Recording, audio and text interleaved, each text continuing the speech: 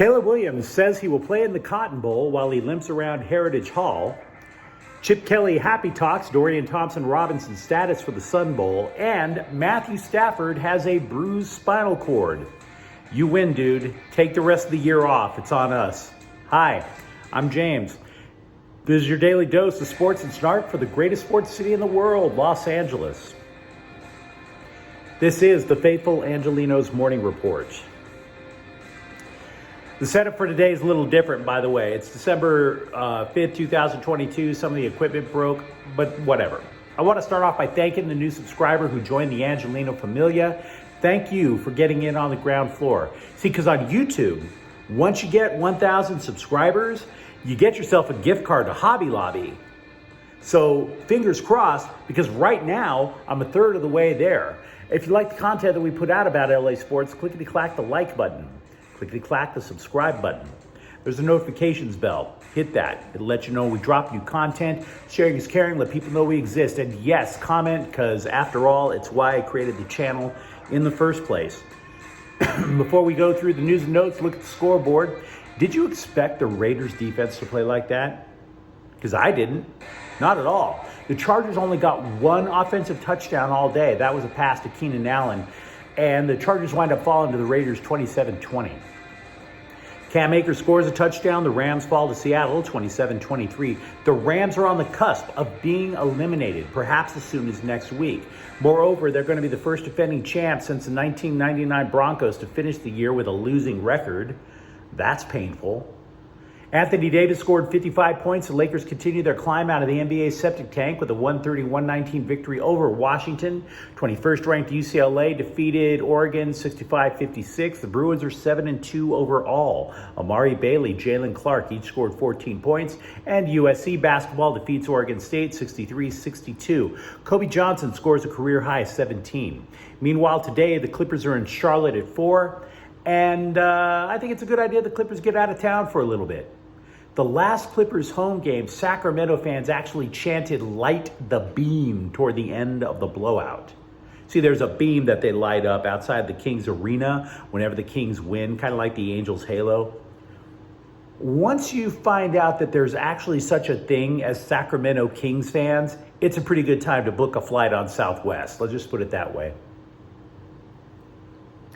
So we dropped a clip yesterday with analysis on both USC and UCLA's bowl selections. You can find that on the playlist on this channel for each school. That clip was straightforward. What isn't straightforward is Caleb Williams' hamstring, the status of it. That went kerflooey during the Pac-12 title game on Friday. He told the LA Times he was going to play in the Cotton Bowl on January 2nd, but then Lincoln Riley labels the injury as, quote, pretty severe. So as it turns out, it's not just the Russians with misinformation. Am I right? Anyway, if it's a mild strain, as Williams seems to suggest, he's out for about 3 weeks. If it's bad, we're talking months. So we simply have to wait to figure out if it's Williams or Miller-Moss. Now, if it is Miller-Moss, I can tell you he has appeared in 3 games. He's completed 12 of 14 passes, 159 yards, and a touchdown.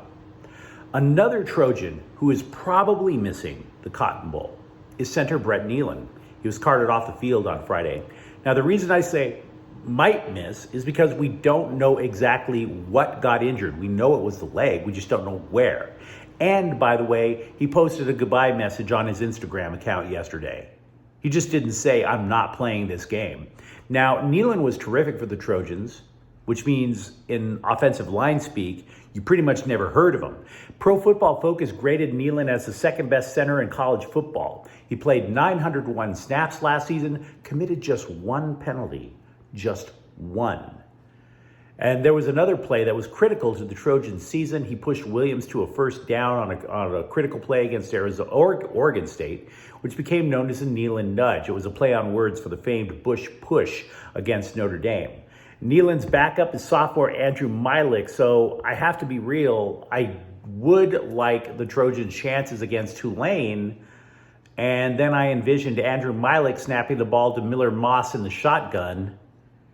That's suboptimal, wouldn't you say?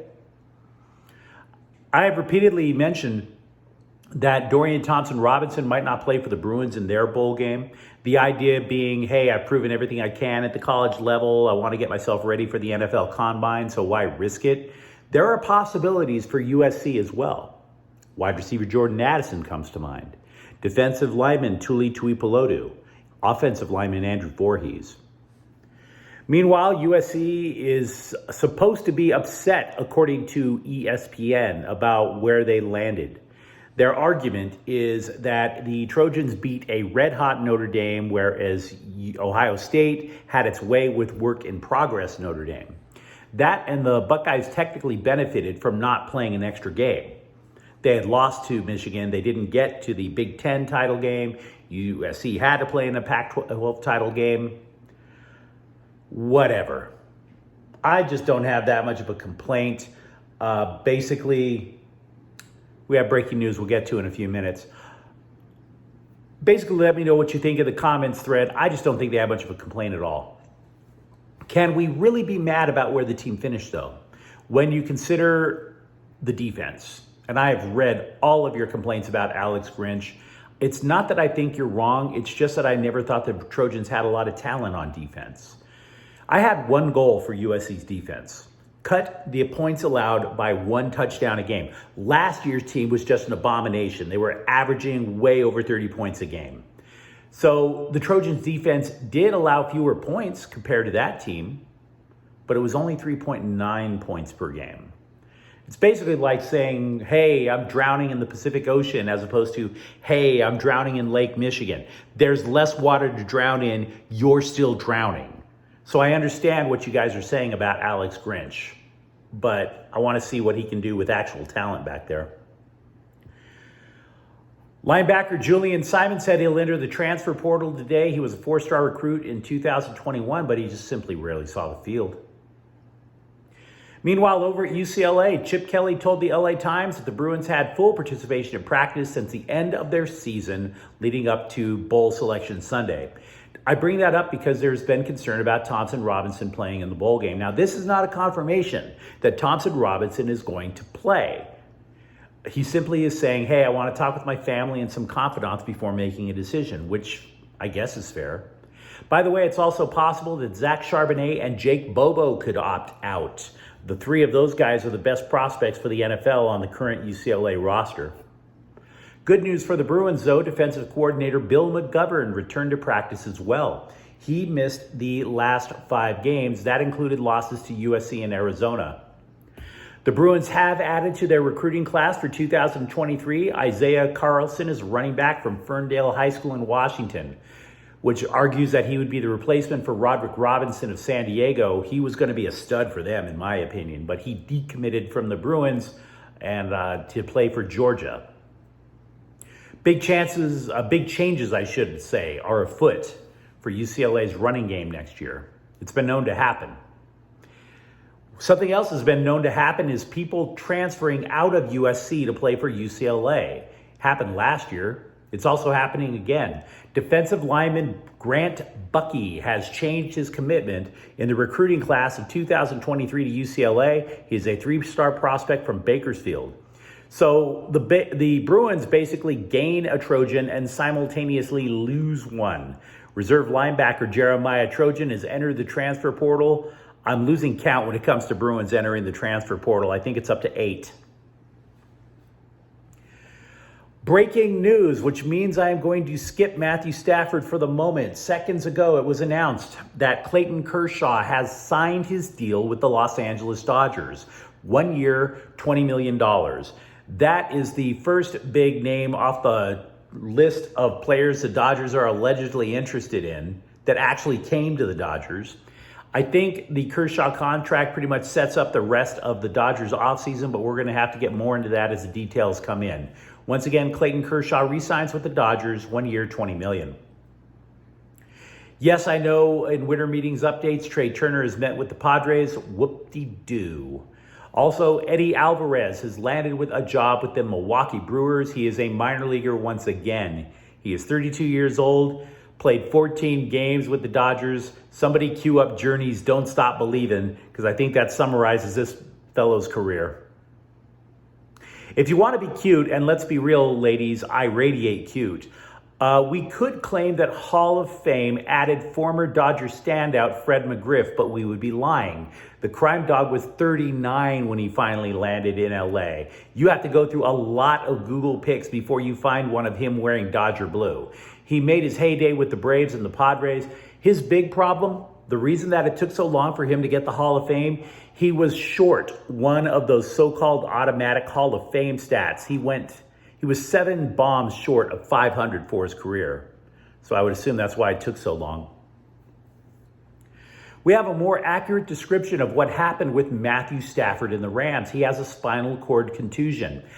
And take it from a highfalutin medical professional like me, contusion is a fancy pants name for bruise. So there's that. But here's the thing, I don't want to downplay that injury. It takes a lot to bruise a spinal cord, a lot. I mean, you could bruise a forearm, you could bruise an ankle. That is just flesh on the outside of your body. The spinal cord, it's surrounded, what's a word that it's surrounded by? Oh yeah, bone. Do you imagine how hard you have to get hit to have the bone bruise your spinal cord? Do you see what I'm saying? So Stafford will come off the IR on week 17, but I wouldn't expect him to play then either. I mean, look at the guy's year. He's had a concussion. He's had a shoulder injury. Now he has a spinal cord bruise. What did this guy not have, for Pete's sakes? I mean, at this point, I'm surprised Matthew Stafford doesn't look like the Black Knight in Monty Python and the Holy Grail. Hey, it's just a flesh wound, coach. Put me in. I can still move the chains. Right? Find a hammock, dude. You've earned your rest. Go get it. I want to jump back to Anthony Davis for a moment with the Lakers because his performance yesterday was one for the ages. It wasn't just that he scored 55 points. It was the 17 boards and the 3 blocks. So you put that all together, Davis is the first Laker since Kobe Bryant with back-to-back 40-point games. The last time, 2013. He's the first Laker since Shaquille O'Neal with back-to-back 40-point games and at least 10 rebounds. He is the 8th Laker to score 50 points in a game with 10 rebounds. He is only the 2nd player in NBA history with 55 points, 15 rebounds, and 3 blocks in a game. That guy was Kevin McHale. So, heady stuff. The Kings finally are expected to welcome back Alex Iafallo to the lineup during their current road trip. He played in the first 4 games. He injured his back, hasn't played since. He's apparently practicing with the 3rd line. So, you let me know what you think in the comments thread, because we had a surprise little bombshell drop about Clayton Kershaw's return to the Dodgers. Let me know what you think about Caleb Williams. Let me know what you think about Dorian Thompson-Robinson and what's going on. There's a lot to get discussing here today. And if you enjoyed this content, don't forget to subscribe to Faithful Angelenos. We talk about LA sports every single day here. Thank you for watching. I'm James. We'll be back tomorrow. Faithful Angelenos is a Kian Corte El Queso production. Take care.